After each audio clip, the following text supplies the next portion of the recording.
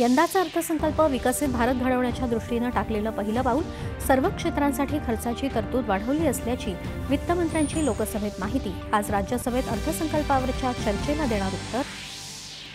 सर्व राज्यांना समान न्याय दिला असल्याचं सांगत भेदभाव केल्याचा आरोप वित्तमंत्री निर्मला सीतारामन यांनी फेटाळला. राज्यातल्या 81,000 कोटी रुपये गुंतवणुकीच्या 7 उद्योग प्रकल्पांना सरकारची मंजुरी.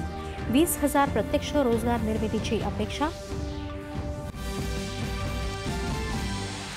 केंद्रीय लोकसेवा आयोगाच्या नव्या अध्यक्ष म्हणून प्रीती सुदन यांची नियुक्ती.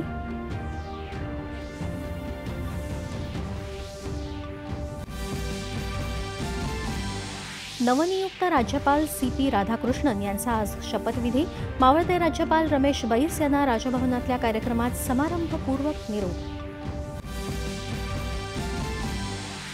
इस्रायलनं दक्षिण लेबनॉनमध्ये बैरूतवर केलेल्या कारवाईत हिजबुल्लाचा वरिष्ठ कमांडर फौद शोकोर याला ठार केल्याचा केला दावा.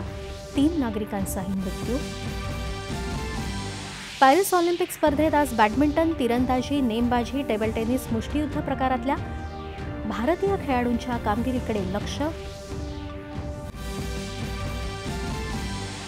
भारत आणि श्रीलंका यांच्यात झालेल्या रंगतदार सामन्यात सुपर ओव्हरमध्ये भारताचा रोमहर्षक विजय. मालिकाही 3-0 जिंकली.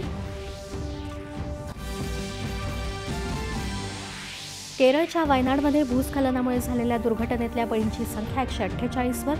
मदत आणि बचाव कार्य सुरूच. आतापर्यंत 1,000 जणांना सुरक्षित स्थळी हलवण्यात आलं.